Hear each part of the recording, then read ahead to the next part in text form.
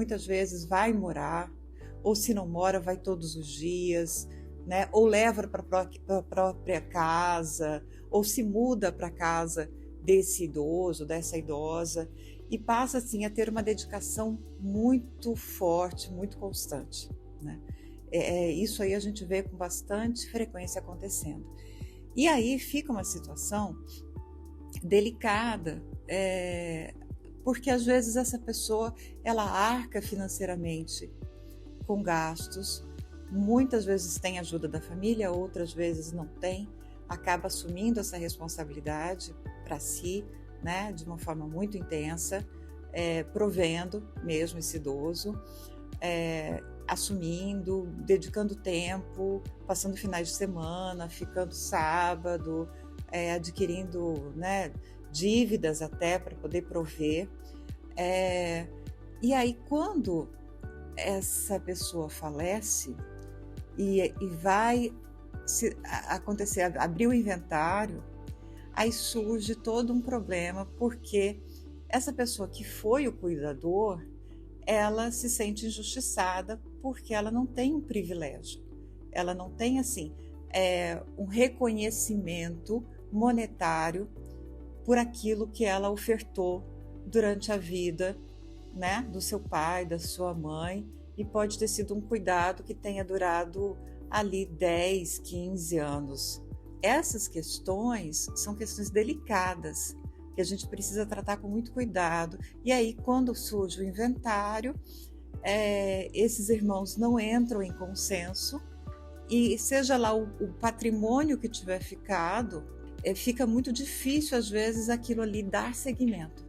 E aquilo ali, alguém está insatisfeito, aí o outro acha que isso, aí o outro se sente, não, mas eu não cuidava, não é porque eu não amava, é porque eu estava numa situação que eu não tinha condições, porque eu tinha os meus filhos e eu tinha uma vida mais atribulada, você não tinha, e aí entra aquele jogo de culpa.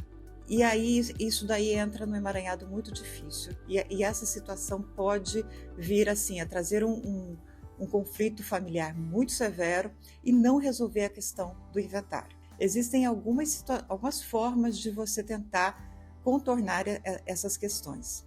Se já passou por esse percurso dessa forma, tem que tentar através de um acordo, né? E como é que poderia ficar confortável, o melhor possível? Eu sempre falo assim, gente, não existe o ideal, existe o melhor possível. Nas relações, são relações humanas. Então a gente fala muito assim do mundo jurídico, mas o mundo jurídico ele traduz as necessidades humanas. A gente pega todas essas nossas frustrações, confusões e interesses e joga isso, e aí o mundo jurídico tem que tentar resolver da melhor forma possível. Agora, existem outros recursos que as famílias podem utilizar para poder tentar evitar que as coisas sucedam dessa forma. Então, você pode se precaver. Então, quando você tem algum patrimônio você já tem alguma coisa, você pode, em vida, enquanto você estiver lúcido e ok, porque a gente sempre acha assim, que a gente é imbatível, né? Fazer um planejamento, né? Fazer o que a gente fala, que a gente chama de planejamento sucessório. Então, assim, você organiza a sua vida. Olha, caso eu venha a ter um acidente, a ficar incapacitado, eu não puder responder por mim, eu gostaria que as coisas transcorressem dessa e dessa forma. Isso vai evitar muito conflito. E aí você se organiza, você deixa tudo previamente agendado. Muitas vezes você tem um filho, né? Eu tenho uma filha com necessidades especiais, né? Na verdade, hoje a gente diz, eu tenho uma filha deficiente, né? A gente até mudou esse termo, eu tenho uma filha deficiente. Então eu posso fazer esse planejamento. Caso eu e meu marido não possamos mais cuidar dela, né? Por óbito ou por invalidez, quem eu gostaria que assumisse essa responsabilidade? Como eu gostaria que isso acontecesse? Porque se de repente acontece um problema e a gente parte, aí tem o seguinte, claro, e aí tem muitas pessoas bem intencionadas, muitas pessoas querendo ajudar, E aí vira uma confusão. Não, não, eu vou ficar, eu vou pegar, eu vou fazer, eu vou isso, eu vou aquilo. E aí gera, de novo, um conflito. E até que isso se resolva, e não costuma ser rápido, isso geralmente causa, assim, sabe, é demorado, isso gera, até que isso se resolva, há sofrimento. Não, é muito difícil. Existem os herdeiros necessários, né? Que a gente chama de herdeiros necessários. Filhos são herdeiros necessários. Então, o simples fato dos filhos não terem sido participativos nos cuidados com os pais, porque uma coisa é abandono, né? Você abandonar completamente seu pai e sua mãe, deixá-los, né?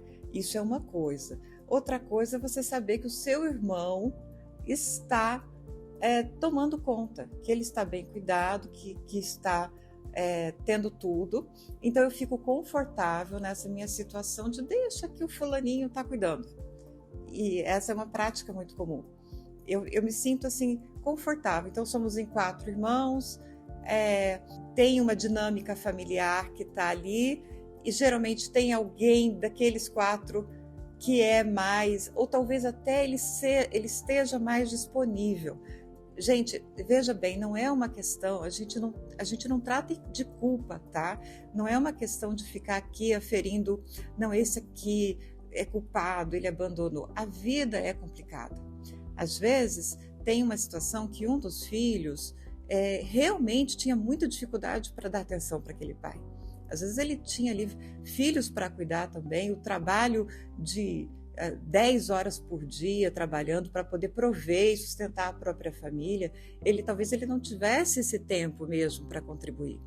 E ali tem alguém que tenha, pela própria dinâmica familiar, a rotina, a vida daquela pessoa, ela tinha mais tempo para oferecer e as coisas vão se enquadrando. Naturalmente, ela vai seguindo esse curso, né?